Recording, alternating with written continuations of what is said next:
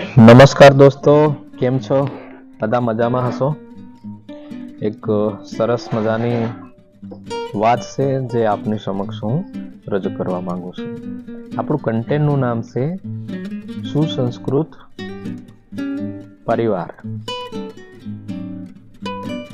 તો આપણા ગુજરાતના જે મુખ સેવક રવિશંકર મહારાજ જે એકવાર ગામડે ફરવા માટે ગયા હતા અને ત્યાં એમણે આયોજન કર્યું કે આપણે આ ગામની અંદર ગોળનું વિતરણ કરવું જોઈએ. તો ગામના દરેક જે ઘરો હતા એમને ગોળ આપવાનું શરૂઆત કરી. તો એક નાની છોકરી પણ હતી જે ગામની હતી, બધાને ગોળનું વિતરણ કરી રહ્યા હતા.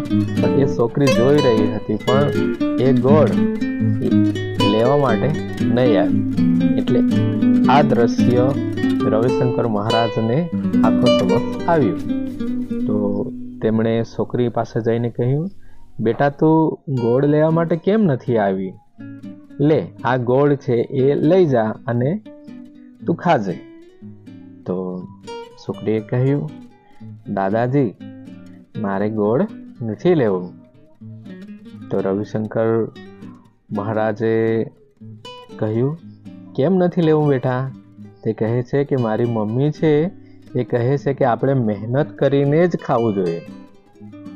કારણ કે ભગવાને સરસ મજાના હાથ આપ્યા છે, પગ આપ્યા છે, તો આપણે આપણી રીતના મહેનત કરવું જોઈએ અને જ પછી આપણે ખાવું જોઈએ. તો આ બાલ સહજ જે વાત હતી એ રવિશંકર મહારાજને હૃદયમાં સ્પર્શી ગઈ. એમણે વિચાર્યું કે મારે એમની માતાજીની મુલાકાત કરવું જ જોઈએ. તો રવિશંકર મહારાજ કુતૂહલવશ જે છોકરી છે એમની સાથે એમના ઘરે જાય છે અને ત્યાં જઈને એમની માતાજી છે એમને પ્રણામ કરે છે અને કહે છે કે માજી, તમે છોકરીને ગોળ લેવાનું કેમ ના કહ્યું? તો એમણે કહ્યું કે એટલે પહેલેથી જ તે રીતના એ બાળકને સંસ્કાર આપ્યા હતા માતાજી. તેમણે કહ્યું કે અમારા ઘરની અંદર 25 વીઘા જેવી જમીન હતી અને 2 બળદ હતા. પણ ઘણા વર્ષો પહેલા જ છોકરીના જે પિતાજી છે એ દુઃખવશ, તકલીફવશ, દુઃખ એટલે કે એમને એક રોગ થયેલો હતો, એને એ રોગ સારો નહીં થયો અને આખરે તેઓ જતા રહ્યા.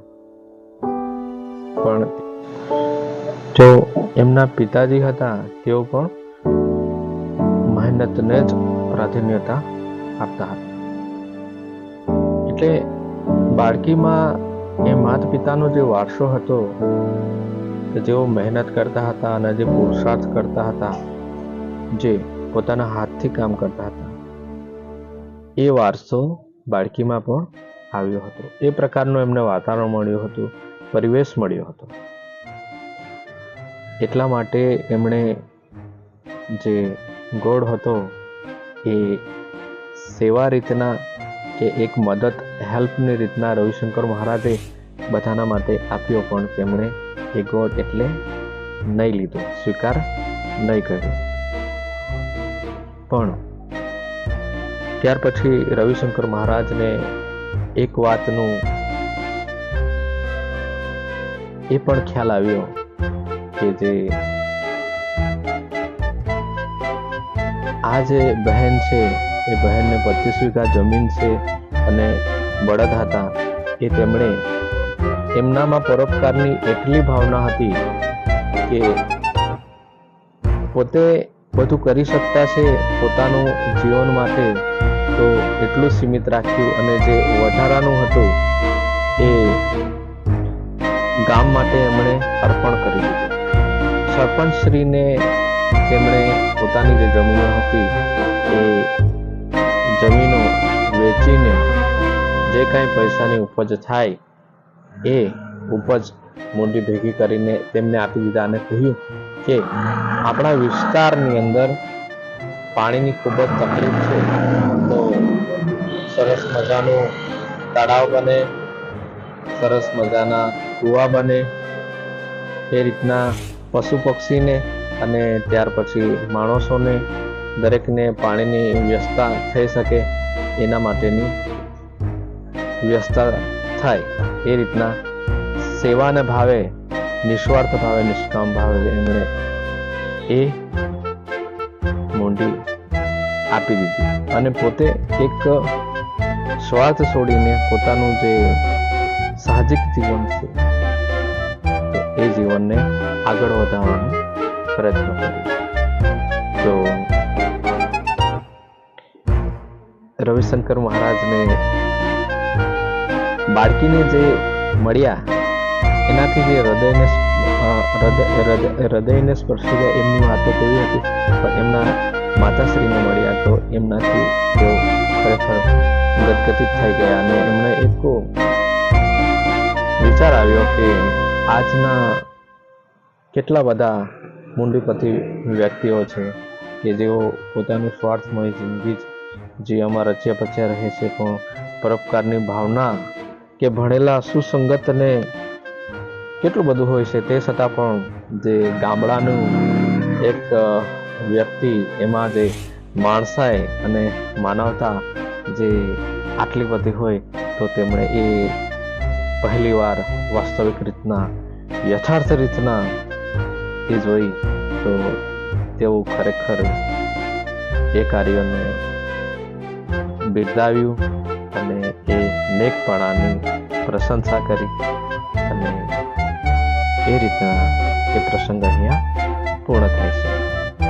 તો ખરેખર દોસ્તો, કેટલાક મહંતો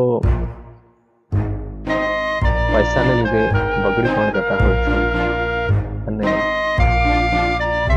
કેટલાક વ્યક્તિઓ પૈસાને મહેનત કરીને પરોપકારની રીતના તેઓ મદદ કરે છે, એકબીજાની હેલ્પ કરે છે.